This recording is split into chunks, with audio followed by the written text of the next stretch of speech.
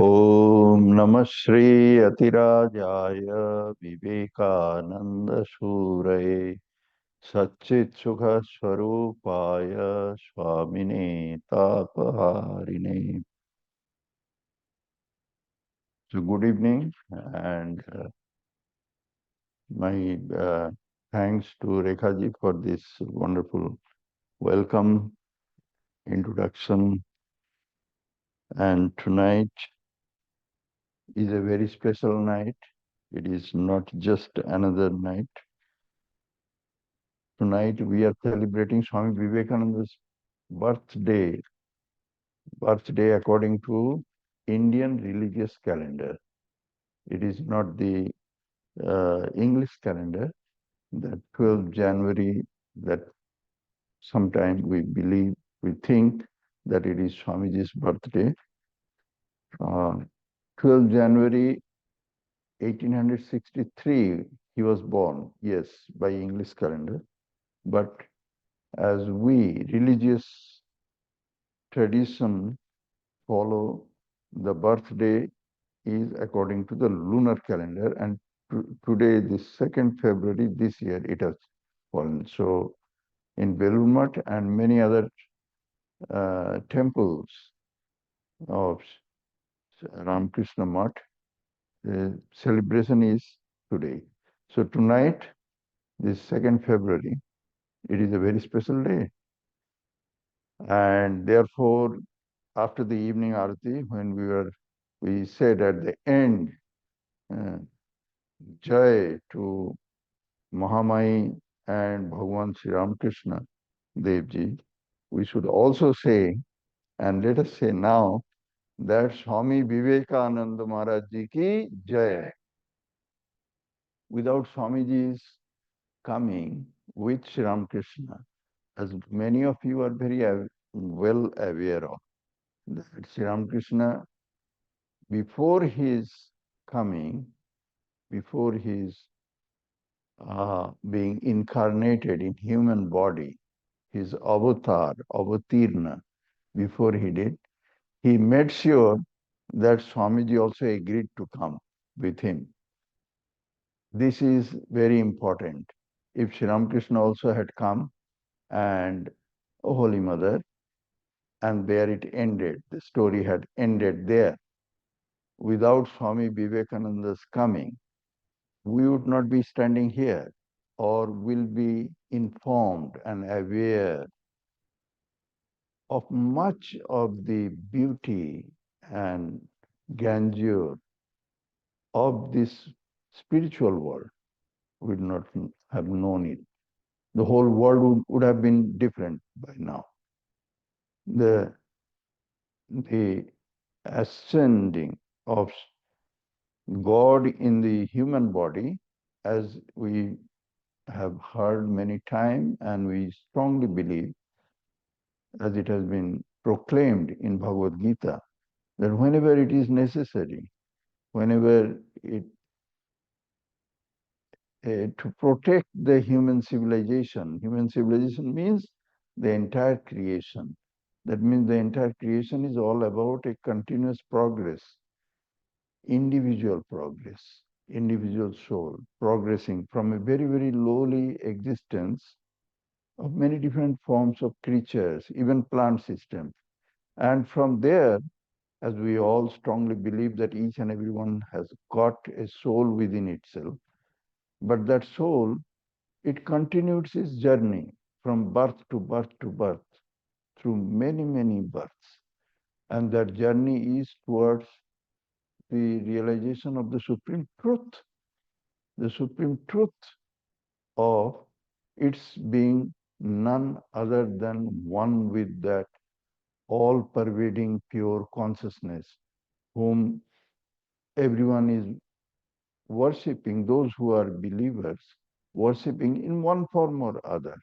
They call him God, they call him many different ways, with form, without form, qualified non-dual way of contemplating him as someone who is all-pervading, without any name and without any form, but with many different qualities that has been associated, attached with the divine being, the God.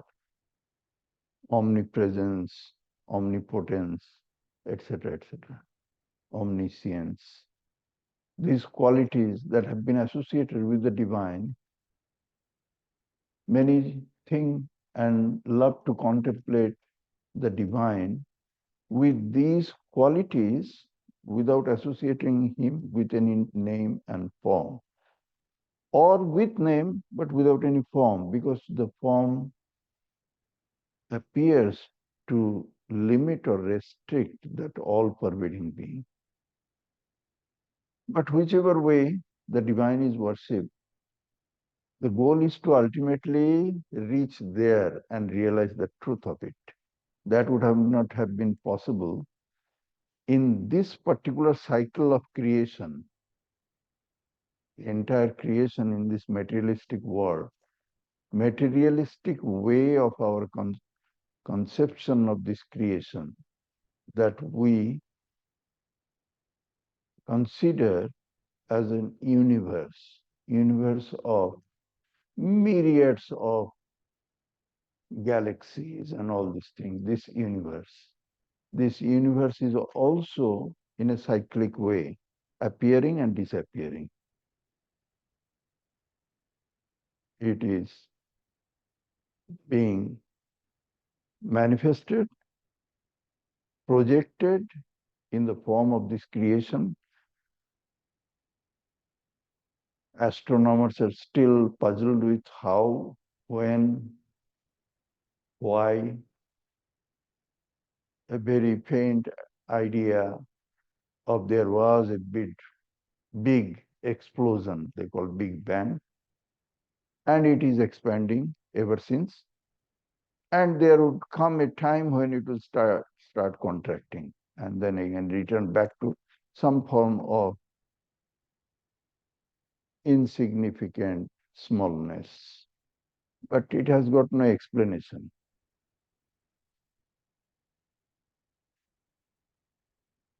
Within that created universe is this idea or our experience, perception of created creature, created being with some kind of a life and perception, at the center of which is consciousness, which we in Vedanta are understanding, believing, we have been taught, explained. The consciousness which is at the source of everything. But for rest of the people who have not yet come to Vedanta or have heard of it or understood it or believed it, even if heard, without consciousness, even without consciousness, there is something called life, which is different from other material entities which don't have life. So what is this idea of life? And at some point of time, the Darwinism also came into existence in the process of the progress of our knowledge. Human civilization, they became more informed and aware of. And in this concept, it is that it is a continuous progress of evolution of creatures from lower level to higher level, superior level. But why and where it is going to?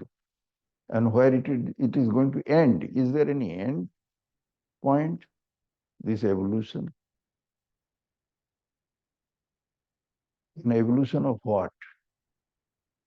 Is it only being a little more intellectually sharper, capable of rationalizing things better? What is this progress and growth? So Vedanta says that, and says means it is not that now we are coming to this understanding. It has been said through thousands of years that There is a progress towards that supreme realization of truth about you,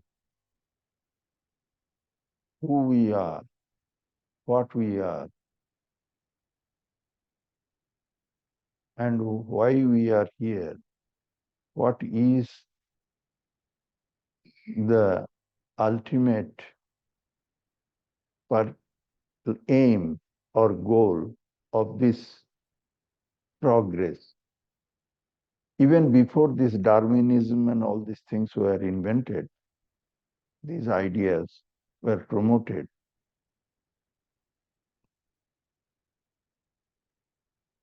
The knowledge through thousands of years in Vedic civilization was that there is a progress going on.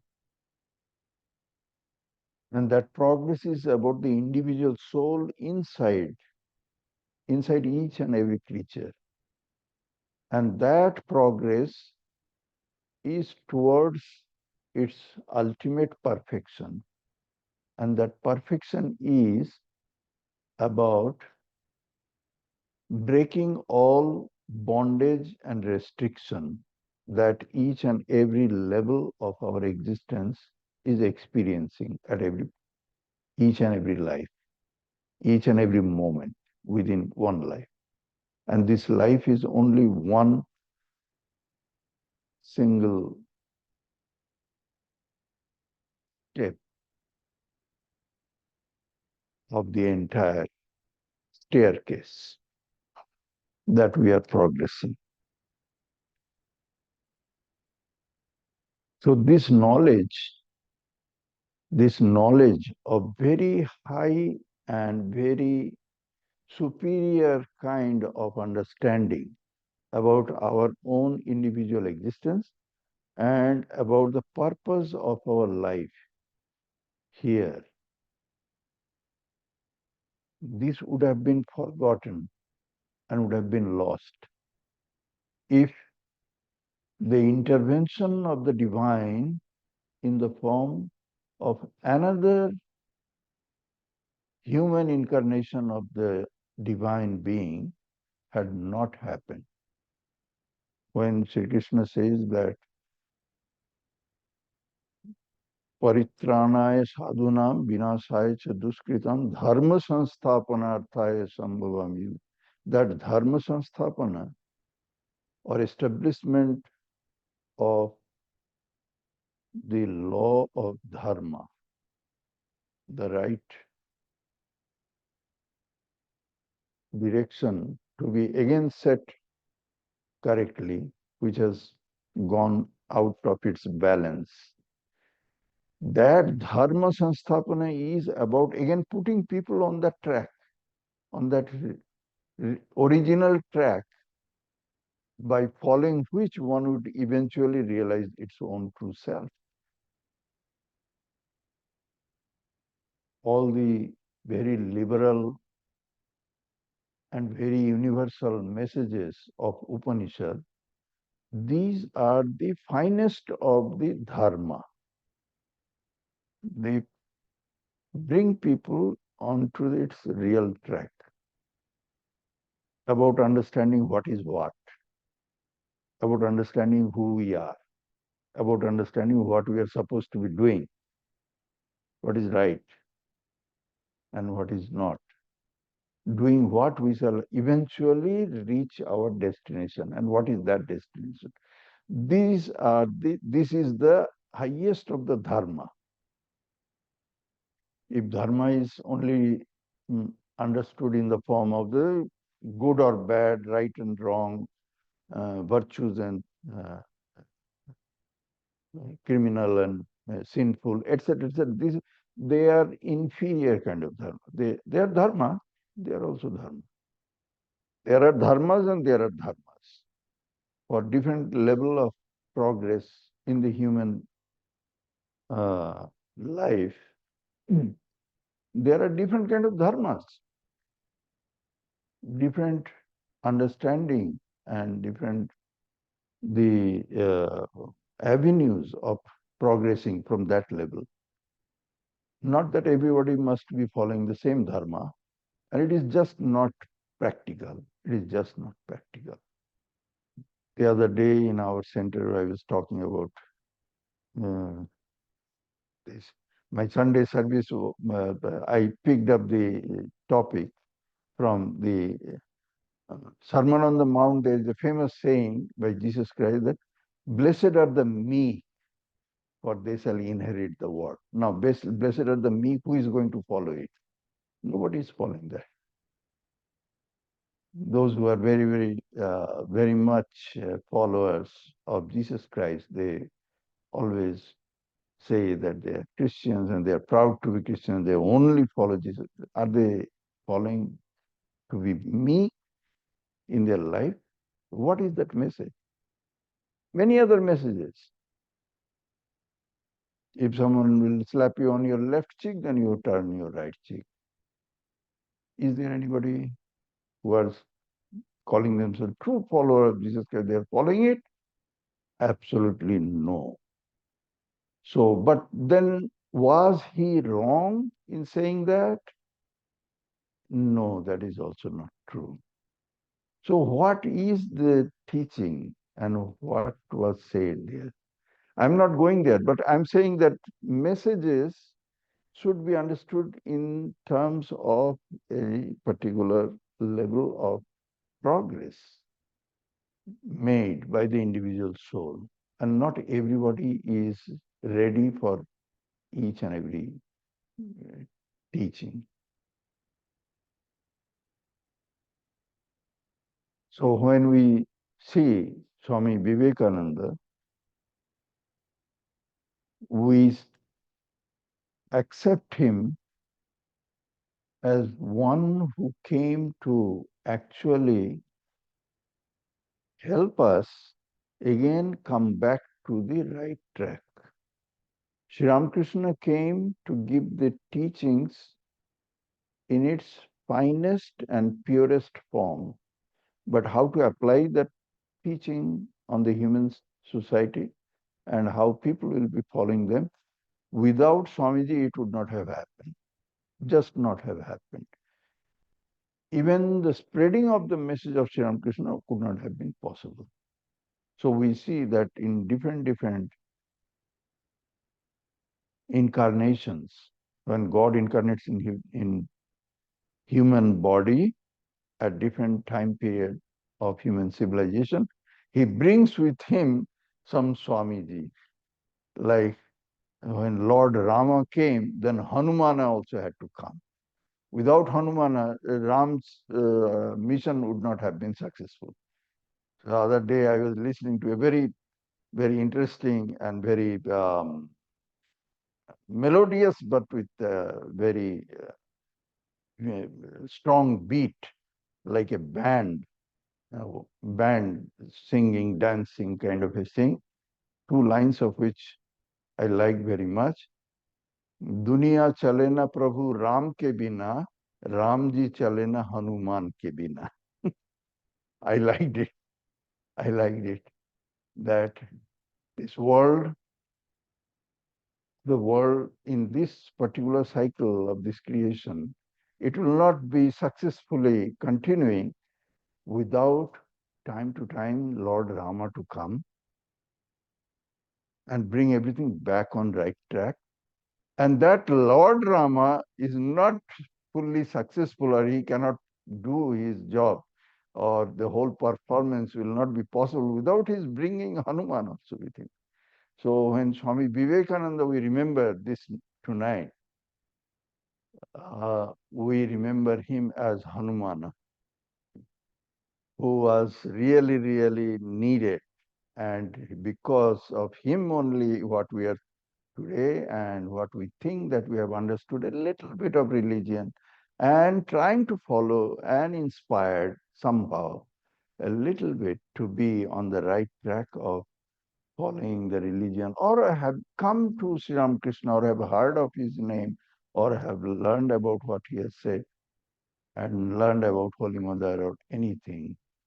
We owe our all gratitude to Swami Vivekananda. So Tonight I picked up this topic, the supreme goal of human life. And because I already have started with this, that as if we have already accepted that we have heard about Sri Ramakrishna, we have listened to, we have read of his teachings and his messages. At least I can remember that when I was growing up as a young man, still school, college going young man, I had no idea about religion, what is this religion is all about, though everybody from family to the society, everybody, they were going to the temple, they were celebrating many different kinds of religious celebrations. And I very much was a part of everything, but had no clue about what this religion is all about. Until I came to this one very short but very, very powerful statement of Sri Ramakrishna found in the Gospel. And what was that statement? Statement was that the God realization is the purpose of human birth. Why human life? It is only for the sake of realizing God one day.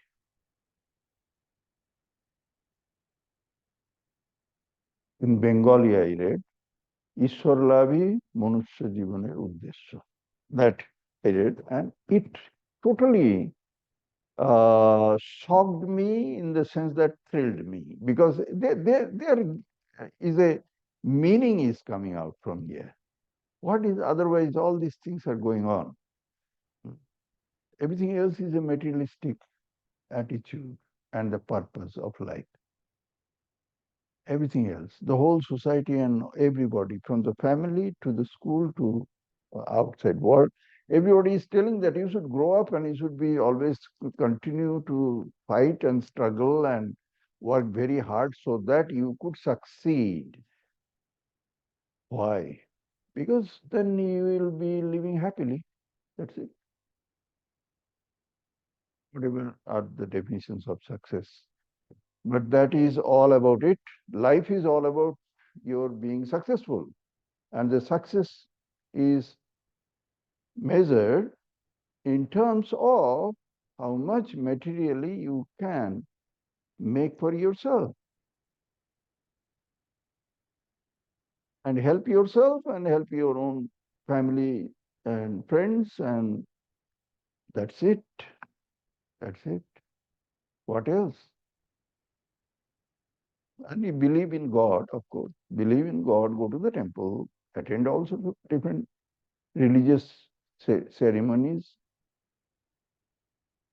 and that's it. Be a good person. Good person, everybody will praise you and you will be honored by them. And they retains. There is no any other purpose. At least when I was growing up, I did not know of any other reason. And hardly in the world people hear of anything, though they are there in the scriptures. In the scripture, how many people read scriptures? And who is there to explain the scriptures?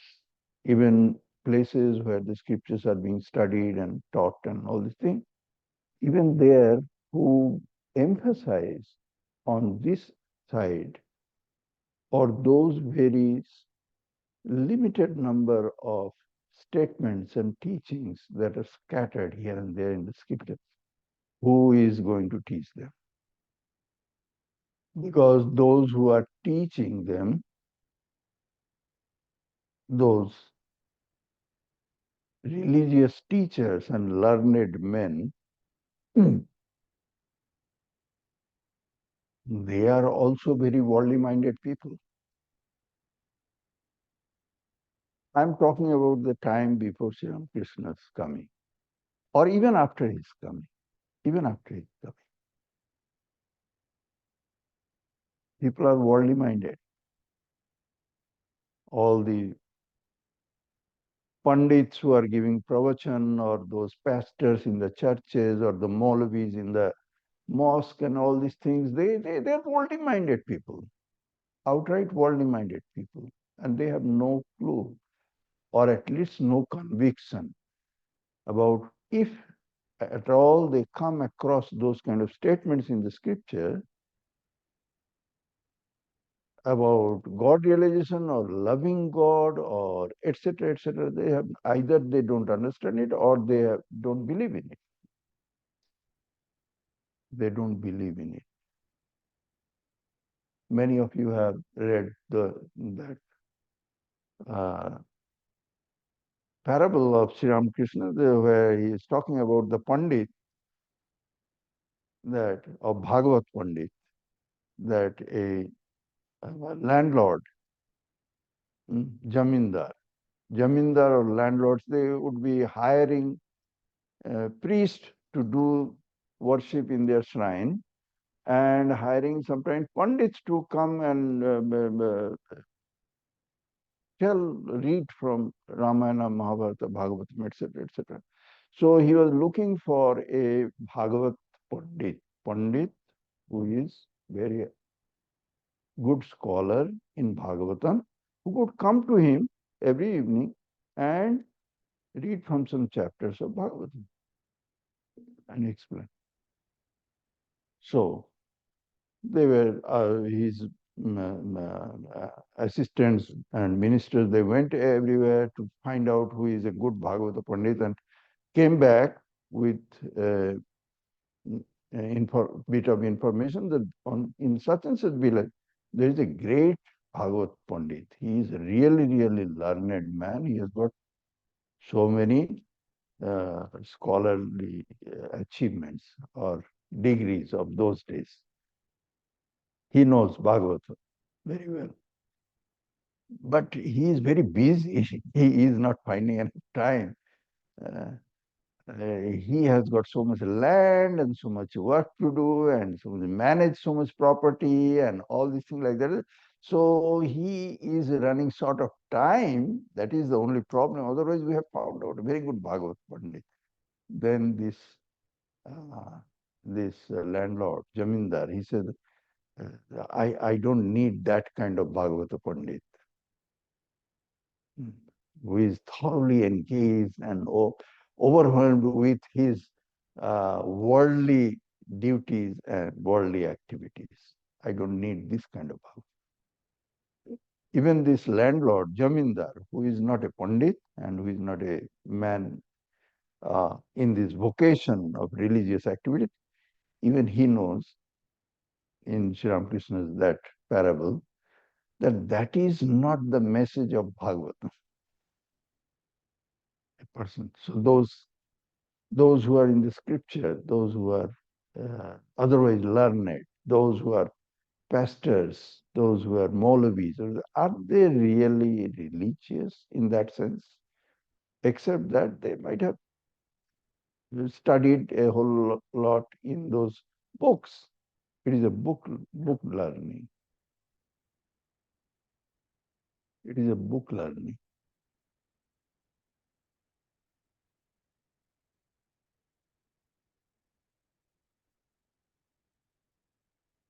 So here is the point, that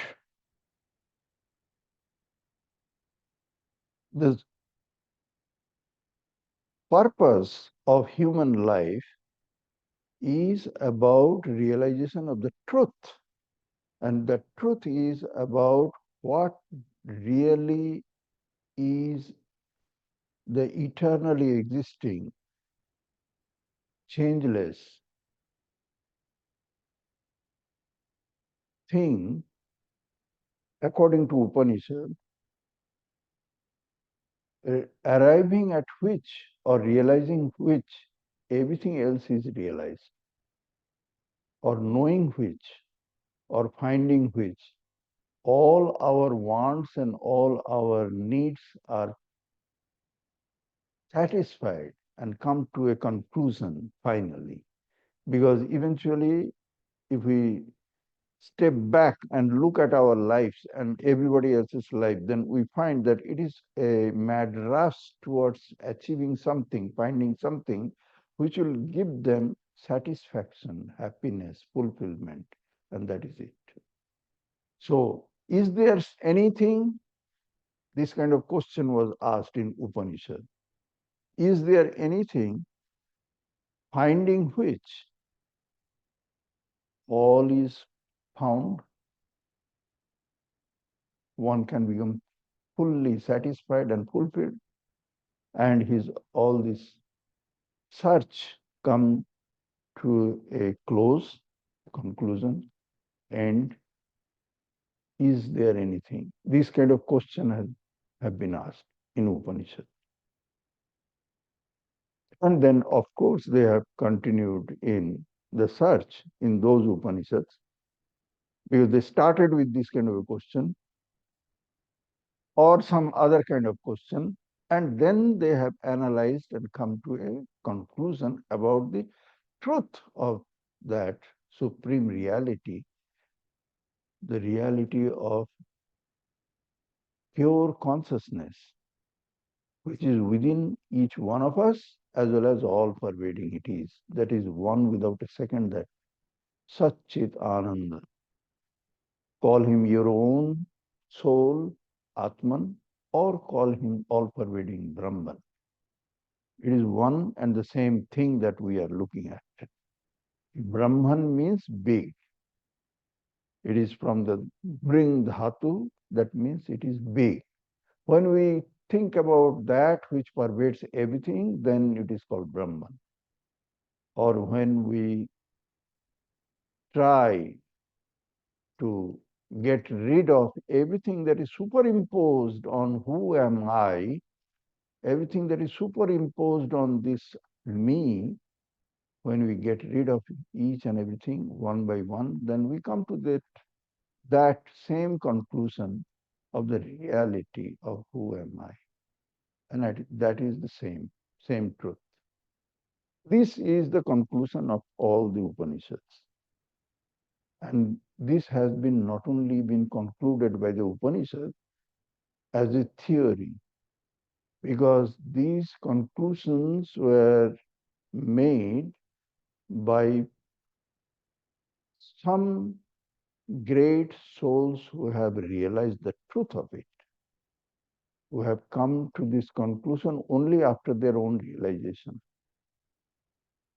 And that makes those statements and those portions of the scriptures that we call Upanishad that powerful, because these are the first-hand experiences of the truth of the meaning of our this life as well as the meaning of all the religious practices. So this thing, this is not simple and this is not easy. And those of us who have come here and who are listening to this and who are believing this, we should be considering ourselves most fortunate among people. We are not ordinary in that sense, that we are very, very fortunate that we have come to hear these messages and we have come to believe them. It is not easy. There is a famous saying in the Kathopanishad. All of you are aware of, I believe, about the story of Kathopanishad, when this wonder boy Nachiketa, a young man, 14 years old, he approaches the great teacher Yama and asks him about the reality, about all these things, the truth about our life and what is that ultimate reality. Is there any, etc., etc. And then after testing him in many different ways, when Yama, the great teacher Yama, who is Dharmaraj, he comes to this conclusion that yes, this boy is fit to hear all these teachings. Because these are very serious lessons. These are serious lessons. It requires the wholehearted attention as well as the ability to understand them. So not everybody will be a fit recipient of this message or this teaching of Kathopanishad. So that Dharmaraj, Yama, he had to test the student, test him, and very difficult test Nachiketa had to go through and pass. And then Yama said, what he said is also worth knowing. He said, Sravanayapi bahuvir yora labhyaha, Chindantopi bahavo yamna viduhu, Ascharyo vakta kusalo salabdha, Ascharyo gyata kusala anusishta. This message of the supreme truth of Atman or Brahman, as I mentioned already, that the Atman and Brahman is the one and the same truth, given two different names. Not that they are perceived two different ways. It is not that they are perceived two different ways.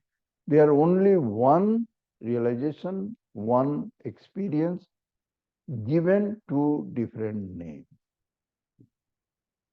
For those who don't know it, for their understanding, for their perception, these two different names are given. Atman is about saying that what belongs within you. And Brahman is, when they say that, what is all pervading.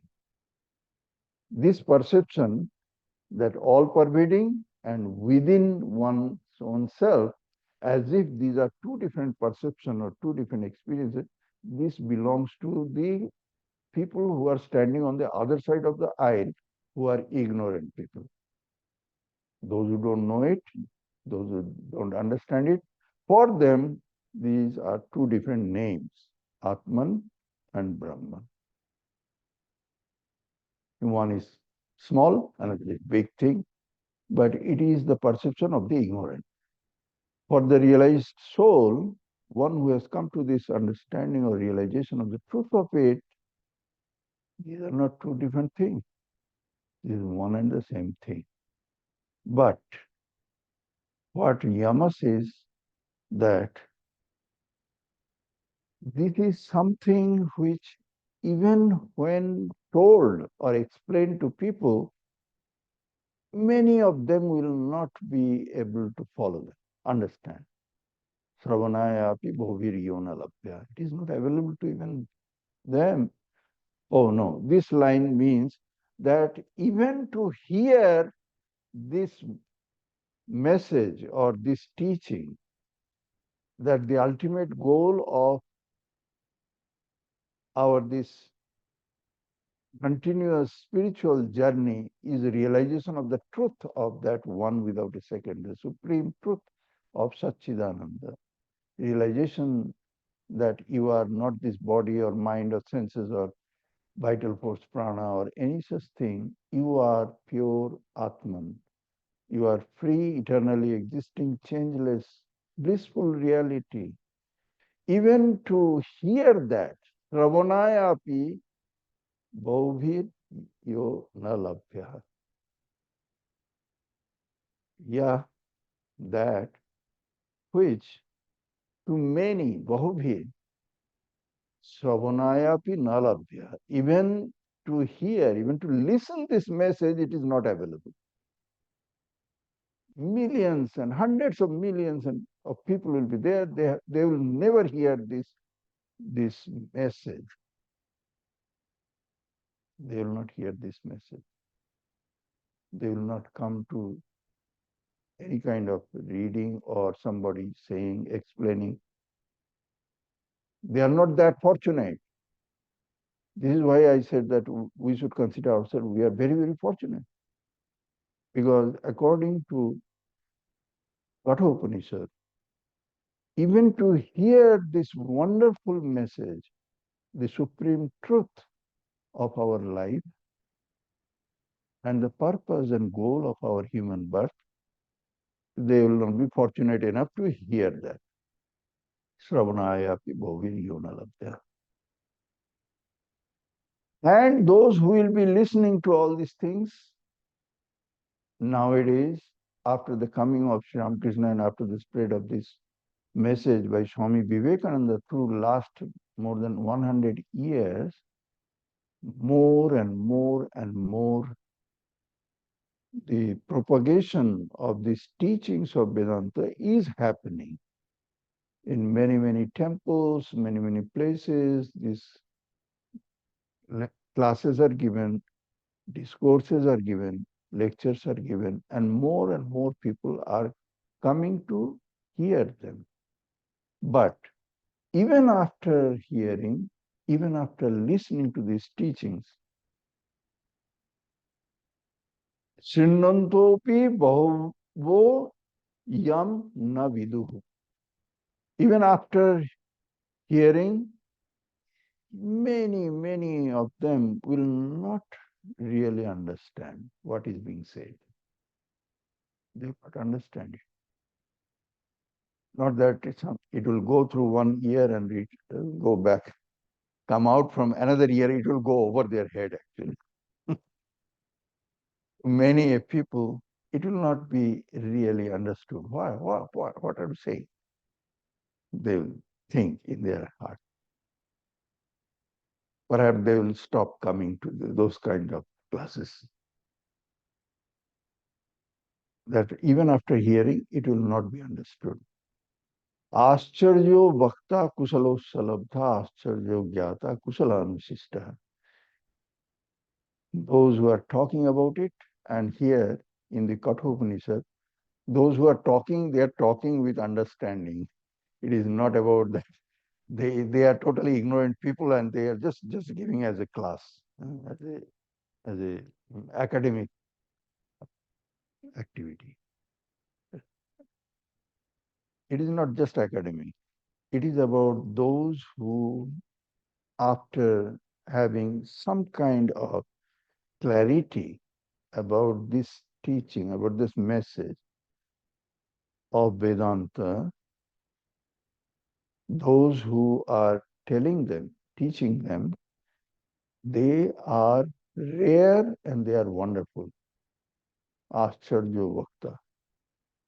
And those who are listening and those who are understanding them, among those who have listened to, they are also equally wonderful.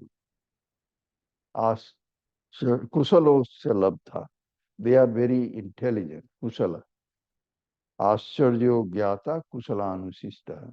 Those who are following it, trying to follow, to realize the truth of it, they are following.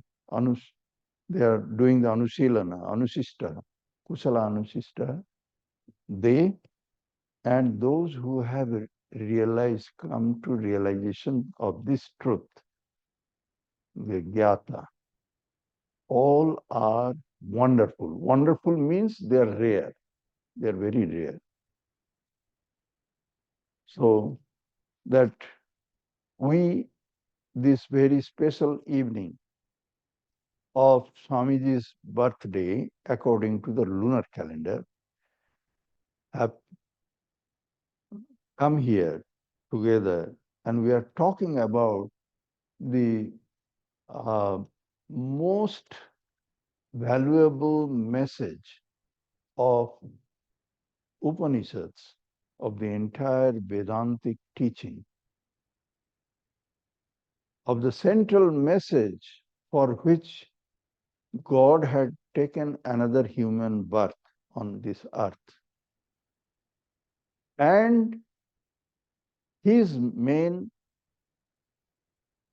messenger, Swami Vivekananda, he came and he worked so hard that we are talking about it. This is a very fulfilling job and all of us should be feeling very happy and proud about it.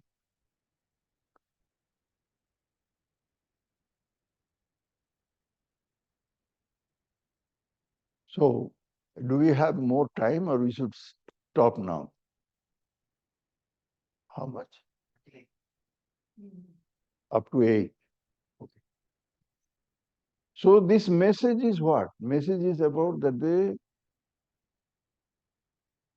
God realization is the purpose and goal of human birth, as I just mentioned. That Sri Ramakrishna came and he gave this message. The rest of the thing they were only to support it. Support it. How do you do that?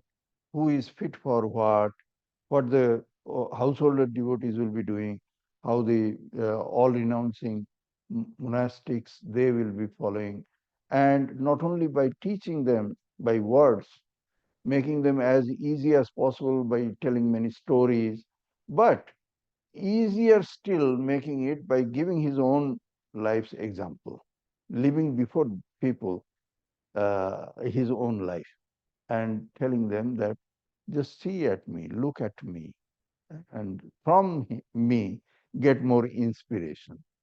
What is the inspiration?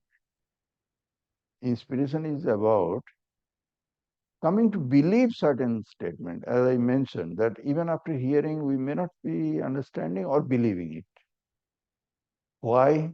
Because if it doesn't happen in general, or it never happened, or you don't know of any real example of it ever, then more likely than not that you won't take it as a truth.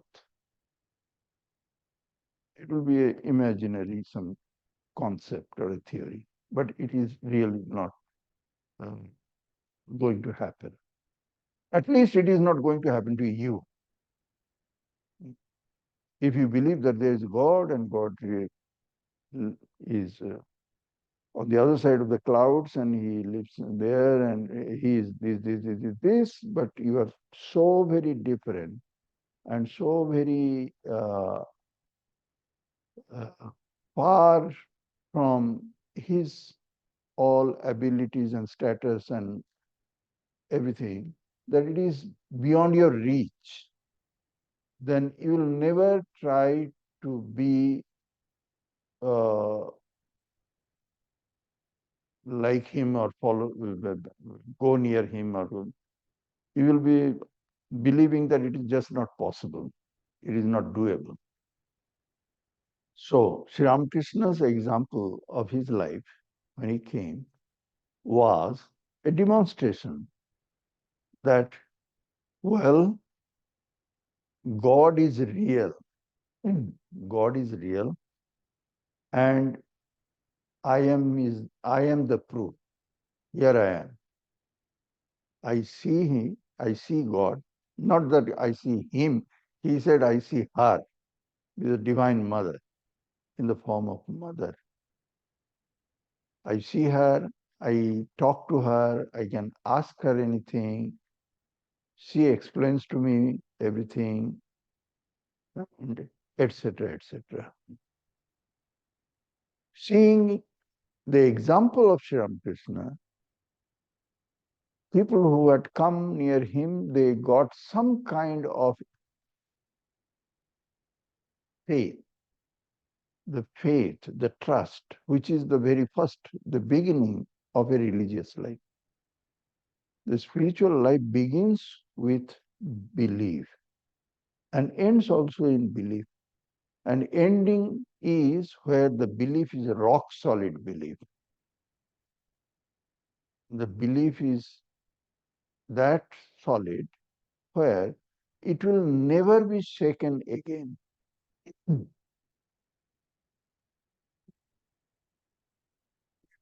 In Kathopanishad, also this has been said, that by, by realization of which your all the doubts and all the questions, everything come to a complete rest. That is that realization of truth. Excuse me. So Sri Ramakrishna came And he gave this faith, the preliminary level of faith, in a very big way, in a major way, so that people could at least start their journey of realization of God. As the statement was, as in his words, because until then we were having all these highest of the statements, similar statements, but they were in the Upanishadic language or somewhere in Mahabharata or Ramayana, Bhagavad Gita, etc. Here it came through these kind of statements that came from a person who lived there just 150 years back. And he says that God realization is the purpose of human life or goal or supreme goal of human life. Because if you say goal, then we have got many, many goals. Each steps through the staircase that we are climbing, each step is one goal. So when and one more like individual from childhood to very old age, there are many, many different things to do, goals to achieve. Small steps. But they are also goals. But there is one supreme goal, which is not about one birth, it is about all the different births that we will be going through. We have passed many, many previous births, and we shall be passing many more, perhaps, to reach a certain end of this journey. This journey is not meaningless, and this journey is not endless. These two things are to be understood and believed so that a person could enter into the spiritual path, the path of spiritual progress. Until then, it is not a spiritual life. When people really don't understand that why they are living this life, what is the purpose? Is there any purpose? Or how to progress in that attainment of that particular end result or goal, until and unless a person has clarity in head and conviction in these teachings, a person has not yet entered into spiritual journey. People can consider themselves religious minded. They are going to temples and churches and all these things, and they give their part of the support to those religious organizations, or they participate in many different celebrations, but they are not spiritual seekers yet. The purpose of living a religious life otherwise, without having a clarity in their head about what is the ultimate goal of this human life, without having clarity in the head and without knowing how we should proceed thereby, therefore, we don't consider it to be a spiritual journey knowingly being taken. Unknowingly, yes. Everybody is on the path of a spiritual perfection one day or other. That famous saying by Swami Vivekananda when he was traveling here in America, he gave this during his lecture. He said that the Vedanta believes that everybody will eventually achieve that oneness with Brahman. Everybody, even the smallest of the creature, a crawling worm on the ground, one day that soul, the individual soul, will reach that Brahman and be one with it. No doubt about that.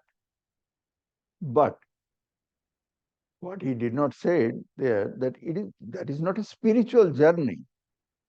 It is called Srotapanna, means a log in the high mountains, a tree fell down in the mountainous river because the river bank became so swollen that a big tree fell into the water, uprooted and fell. Now the tree is going through the stream. It is heading to where?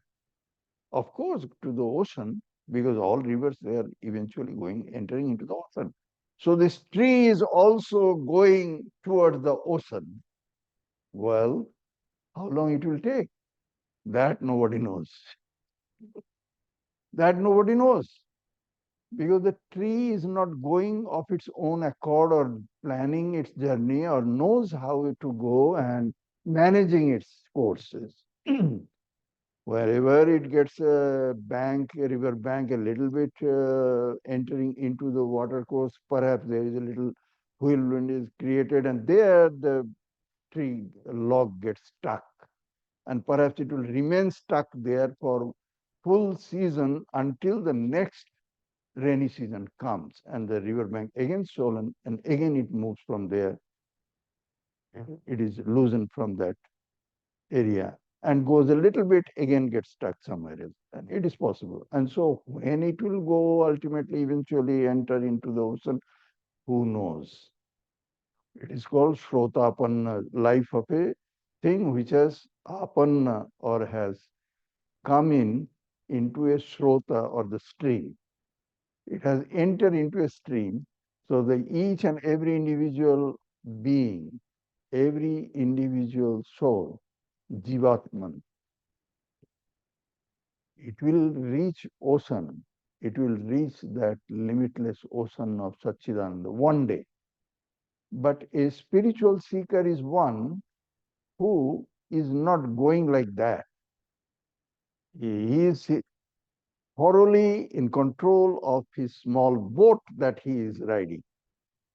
He is taking the boat ride and he exactly is following the rules and he knows what are the risk and danger and how long it will take and how he should be going safely so that he would reach the ocean safe and quickly or as quick as possible. This is a spiritual life.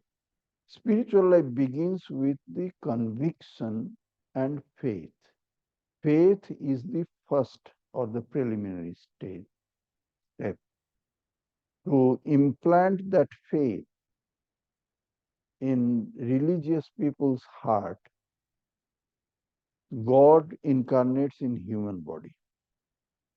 This is his dharma sthapana. To establishment of dharma is about implanting a real faith in the value of life, which is valuable because it is none other than that God itself. Yes, it is not available to me right now to see what it is, but I have full faith that it is true. Why? Because somebody of the kind of Sri Ramakrishna has said it like that. Or it may be Sri Chaitanya, or maybe Krishna, or maybe Christ, or somebody. But someone who, because he says so, somebody has believed it. And that belief is a very powerful first step. Then it is only the beginning. It is only the first step. Until and unless the person actually follows all the rules,